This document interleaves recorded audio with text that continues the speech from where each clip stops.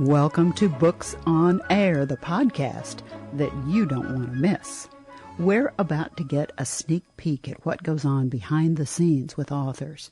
We'll find out their secret recipe for creating a book. We'll tell you where they get their ideas, and you'll get the inside scoop on their next project. Want to know more? Well, we'll tell you where to find them on social media. Are you ready? Let's meet today's author. It's Lori Wojtowicz. Did I get that right, Lori? Close enough. Wojtowicz. But Wojtowicz. And Lori is joining us to talk about a timely and compelling book that we all need to hear about. The title of her book is Crossing the Hall, Exposing an American Divide. Now, Lori is a former teacher. She taught in the classroom for 35 years. She taught African American literature, advanced placement English, and psychology. Currently, she's working as a national education facilitator for West Ed, a nonprofit public research and development agency. Lori Wojtowicz, welcome to Books on Air. Thank you. Thank you very much. Your book is, as I said, timely and compelling. What prompted you to write this book right now? I think because I began to realize in the last years of my teaching career that I was such a different person when I began. And initially I thought, I just want to chronicle that for myself. But as I got into it, I began thinking, this is a book I would love other white educators to read and other white Americans to read, to deal with race. You know, you taught AP Honors English. You had great kids. Mm-hmm. They had advantages. They did all the things that they had. Pets. They had, I was reading about the student that you talk about in the introduction. Was it a seminal moment for you when you literally walked across the hall from teaching those white honor students to start teaching African American literature? I would say absolutely yes, because one of the myths that I now think I grew up on is that certainly I wasn't a racist. Certainly I didn't see color. I treated all students exactly the same. That's what I believed. But when I walked across the hall for the first time into a classroom of 35 African-American teenagers, I saw color. And it was the absolute first time in my life that I had been in the minority. So that began a whole kind of journey of questioning some of these things that I had thought I absolutely held dear. One thing I would have to say is the achievement gap. I didn't see it in my white students in the honors English classes, so I didn't see it as my problem. But when I crossed the hall, I had to address what's going on in education, that are these disparities. How did you make this shift? You and I talked. We both have been English teachers, and I taught basic students, and I had mixed race classes. But the closest thing I can come to, in my experience, that I can identify with what you're talking about is the basic students that I had when I was teaching high school, and it was a similar experience in that these were kids that had bad reputations. They were in the principal's office. They were in trouble. They gave other teachers a hard time. The teachers talked about them in the teacher's lounge, and they had these bad reputations. And for me, I thought to myself, I have to teach basic students, and I don't know how, because nothing in my educational experience ever prepared me for that. And so I had to sit back and I had to try to think differently. And so I agree. The decision that I made that I think made a difference in the way that I approached the kids was that the first day I looked at them and I said, you know, you guys have bad reputations. You know, you're in the principal's office, other teachers, you have bad reputations. I said, everything, that all stops outside the classroom door. Mm-hmm. When you come in here, you are who you are for me in this classroom. I won't believe or listen to anything that anybody says about you if you won't listen to anything or believe anything that anybody tells you about me. How did you make that mental shift going from teaching all white AP students to an all black classroom? The first thing, first I appreciate your honesty so much. And when I graduated college, I absolutely believed I was a very educated, competent teacher. And one of the first shocks and humbling experience was to realize all of this African American literature and history I didn't know. And I had not been prepared for this. So very much like you, there was a lot of honesty with my students right off the bat. I can remember saying, and did every year after that, perhaps you've noticed I'm white. And everyone would laugh and say, oh my goodness, she said it out loud. And I'd say, here's why I think I can teach this course. But I know nothing about the experiences that you've had in the educational system, in your daily life. And so I will become a learner. I will listen intently to your stories, and we'll go from there together. And that kind of mutual respect, it certainly took some time, but it worked. It worked. And I had to see myself all over again as a student. Oh, I love what you just said. I love that you said the words mutual respect. It has to go both ways. Absolutely. You can't look at those kids and think they're dumb, they can't learn, they're not this, they're not that. You can't do that because that's not who they are. Just because you don't understand and you haven't been in that place, you're exactly right. They were students, but so were you. Absolutely. Absolutely. And so many of them have given up on the educational system, but there are good reasons why they have done that. That's what I began to learn. There are real reasons that this has happened. And as I said to them, in this class, I'm not going to say you're a student. You're a scholar. You're a scholar, and we're going to learn this together and try to figure out what is going on in our country and in our classroom.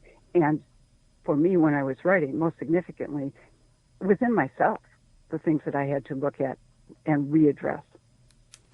One of the things that I admired as I read in your book was, you know, classrooms are filled with rules, you know, especially now. You still hear on the news where they say, and there's a big deal over so-and-so's hair and yes, such, what are they going to wear, and blah, blah, blah. They get into all of those rules. You pared it down to 4 rules. Would you share those with our listeners? Yes, I'm trying to think if I can remember them right off the top of my head. But it's to think deeply, read critically, write well, and act wisely. Now, I will tell you the interesting thing about that is, while I said those were the rules for my students, I really had to apply them to me. And what acting wisely meant for me in the classroom was no longer having all the power and all the authority and all the knowledge. So reading critically, re-examining my own past and what I had been taught became central, that I had to follow my own rules. And that was a new experience. You know, you do have to relearn. When you find yourself and you experiment, that's the other thing that I found myself doing. I thought, all right, because we had regular curriculum. Even though I was teaching a basic class of students, I had to teach the standard curriculum for that age group.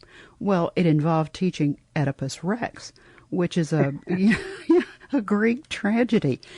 And so I thought to myself, how can I bring Oedipus Rex down to life, how can I give the play some kind of breath sounds and a heartbeat? And so I looked at the kids and I said, okay, we're going to study a dirty Greek soap opera. I know. I don't know if the school board really knows about this or not, but Oedipus kills his dad. He marries his mom. This is really sick stuff. Well, right away, their ears perked up. And I said, now, the only thing is, they really have weird names. So you're going to have to pay attention to what their names are. And so I would write them on the board and we'd go through them. I mean, we would go through all of those kinds of things. And I told them the story. And so I let them prop their feet up. I let them lay back. I let them move the chairs. I let them move the desks. I let them do whatever they needed to do to be comfortable. And I would say, where were we yesterday? And they would tell me. And I would say, okay, here we go today. Now remember, if you have any questions, let's go. So I had to relearn how to teach. You experience some of the same things. Absolutely. And one of the things that when you went back to very traditional literature, one of the things I had success with in the class was using Spike Lee films that they were familiar with because their parents had watched them, but they thought they were solely for entertainment value. And so the first time we'd watch the film just for the entertainment, and it was lovely, and everybody thought it was great. And then I said, now we're going to study this film, and we're going to analyze it piece by piece. And what are the references that Spike Lee is making? Of course, I had to learn all of this also. And they were dumbfounded by how much was in this, which was another way of teaching them that's just what complicated literature is like. You have to break it down and learn all of this. But through that process, they saw someone like Spike Lee as a truly educated figure that they could revere and go home and tell their parents, let me tell you what I'm learning about in class. So I agree with you. A very different way to come at the teaching of literature. Well, look at what LinManuel Miranda has done for Hamilton, what he's done for American history. Yes, absolutely. You know, that is the truth. I swear that you can't be a teacher and look at the world the same way. Mm-hmm. You see things all the time. I mean, I find myself, like the LinManuel Miranda, what he's done with Hamilton, taking that idea and putting that in the classroom somehow and getting kids to think about American history in a whole different way. I think that would be so powerful. You know, you and I have really gotten involved talking with one another because we share a lot of the same kinds of values and a lot of ideas and some similar kinds of experiences. Yeah. Let's give the listeners an overview of what your book is really about. When I think about the book, it poses the questions that I had to ask myself as a white American and a white educator to really re-examine my past. I talk as an English teacher a lot about revision, and I'm now convinced that we all come into the classroom with a set of beliefs that we may not have questioned. We've just internalized them and we think they're fine, but until we really critically read our own beliefs and ask where they came from, we're not authentic educators or authentic people. So a lot of the book asks questions to white educators and white Americans to say, what are the deep-seated beliefs that you hold? Do you really believe all kids can learn? Do you really believe African American students can be scholars? And these were not easy questions to ask, but that's what the book really does for the reader. And I'm not asking the reader to agree with everything that I put there, just like I couldn't in the classroom. But I am asking for some deep consideration and a re-look at some of the assumptions that they've held. Yeah, I think that's exactly what you're doing. I think that's very fair, too. And I think what you've done is a very interesting perspective, because you are looking at educating black students from a white perspective. And I think I think that's very different. And at the same time, you're looking at how to learn about black literature so that you're not teaching black students white literature. You're teaching black students black literature. Yes.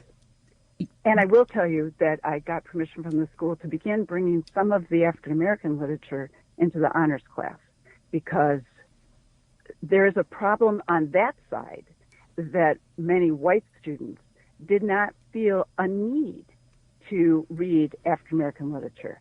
And that shows an implicit bias also. But we had to pose it. We had to question. If I can give one example, in honors English, Huckleberry Finn, standard curriculum. But when I brought in the autobiography of Malcolm X, they were like, this is not appropriate for us to read. Well, why? So it went both ways in both classes. Would you share a little excerpt from the book with us, Lori? Yeah, I would love to. I think this kind of captures what the book is about, and I'll read right now. It's amazing what I now see when standing in a school hallway. From this vantage, I see America's strengths and weaknesses, its broken promises, and its potential. Its strengths, forever and always our youth in their beautiful restlessness. I will never agree with those who say teenagers have changed for the worse. I have watched them grow. America's weakness, we are a nation in need of education. Both sides of the achievement gap are deficient. On one side of the hall, we see the obvious needs of those who most often reside on the bottom. Low literacy rates and weak test scores confirm their status. But I now think there's also a less apparent weakness in the reading ability in many of the students who reside on the other side of the hall, a weakness of the mind. In this group we deem as scholars, education has often been diminished to a celebration of grades and test scores. They have been reduced to talented test takers, not critical thinkers, who have the power to determine their own path. Malcolm X said, the most important thing we can do today is learn to think for ourselves. And systems of oppression can only fall when both the oppressed and the oppressor have the courage of independent thought. What the view from the hallway most confirms for me is that we are a divided nation. Standing between the classrooms, I see the divide by race, by economics, and by an achievement gap determined to maintain a system of inequity. Both groups of students are harmed by this divide. Both are blinded by a societal lie of their determined value and worth. Neither are free. It's from Crossing Hall. Powerful words, Lori, powerful words. You and I have really talked a lot about a lot of things, and we could probably be talking for an hour. I'm not sure that people would listen to us, but I know that they're wondering about where they can get the book. I went to Amazon, as I always do, to double check and make sure that it was there. What I want to do is spell your name, because it's not what they think. That's why I had a little trouble pronouncing it, and give them the title so that they really have that title so they can find it. The title of the book is Crossing the Hall, Exposing an American Divide. The author is Lori Wojtowicz. Lori is spelled R-L-O-R-I, and Wojtowicz is spelled W-O-J-T-O-W-I-C-Z.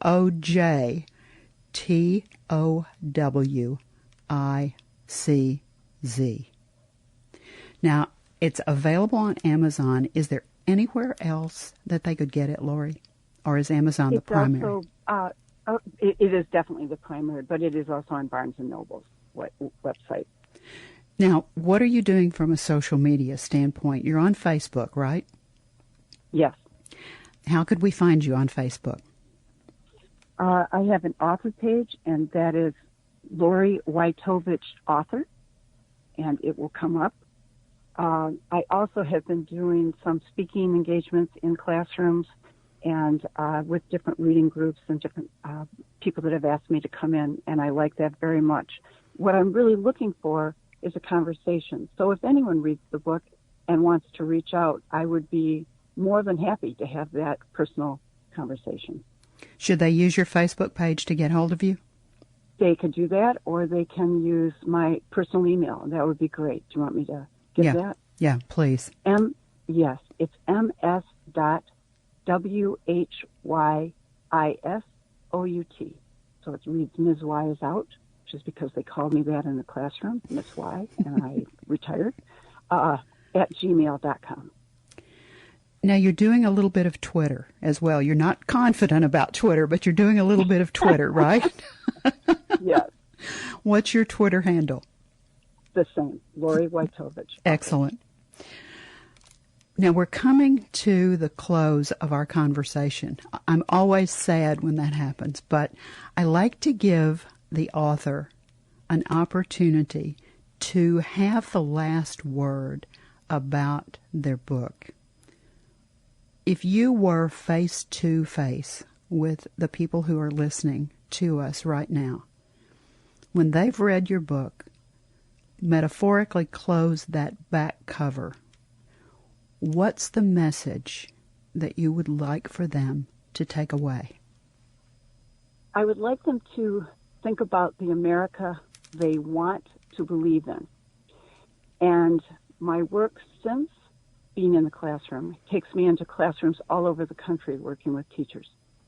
The divides are so great. And I really believe the only way for social justice is if we get white Americans to truly consider what those divides are, that they are not a thing of the past, and it would benefit all of us and make me, all of us, a proud American to say we really live up to the ideals that I always thought we did, but I was sorely wrong. It has been a pleasure and an interesting conversation with you today. I really, really want to thank you so much for being our guest on Books on Air. Oh, thank you. Appreciate it so much. You've been listening to Books on Air, brought to you on webtalkradio.net. You can also hear our podcast on iTunes and iHeartRadio. Remember, you can find Crossing the Hall, Exposing an American Divide by Lori Wojtowicz on Amazon. I'm Suzanne Harris, and I hope you'll join our next Books on Air podcast. Remember, it's the place to be. And thanks so much for listening.